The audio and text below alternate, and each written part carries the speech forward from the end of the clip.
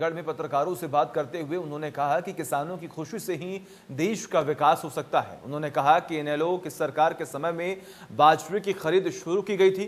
खजाने का नुकसान उठाकर भी हमने किसानों को तकलीफ नहीं होने दी। ओपी चौटाला ने दुष्यंत चौटाला के बीजेपी के साथ गठबंधन पर भी सवाल उठाए। उन्होंने कहा कि अगर इनेलो बहुमत में आती तो दुष्यंत ही सीएम बनते।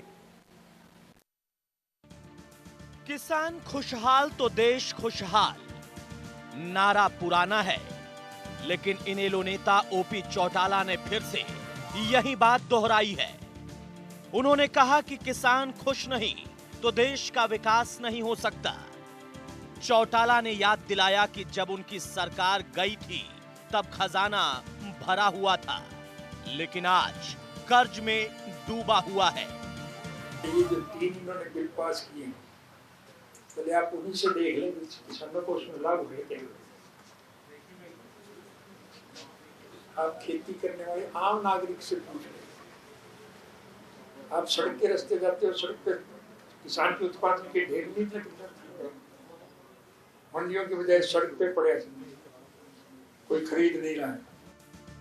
उन्होंने एसवाईएल पर भी साफ स्टैंड होने की बात कही। चौटाला ने कहा कि सुप्रीम कोर्ट के फैसले के बाद भी एसवाईएल का पानी नहीं मिला।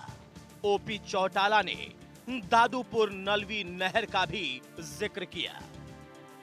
बड़ौदा उपचुनाव में नामांकन के लिए 2 दिन शेष बचे हैं। ऐसे में ओपी चौटाला ने बीजेपी कांग्रेस के उम्मीदवार तय न करने पर सवाल उठाए।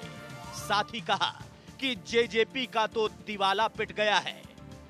चौटाला ने कहा कि जेजेपी वाले देवीलाल की नीतियों की बात करते हैं, लेकिन यकीन मानिए कि बड़ौदा उपचुनाव के बाद जेजेपी के आधे विधायक पार्टी छोड़ देंगे और बाकी बचे विधायक बीजेपी में मर्ज हो जाएंगे। 3-4 नाम गिनाए,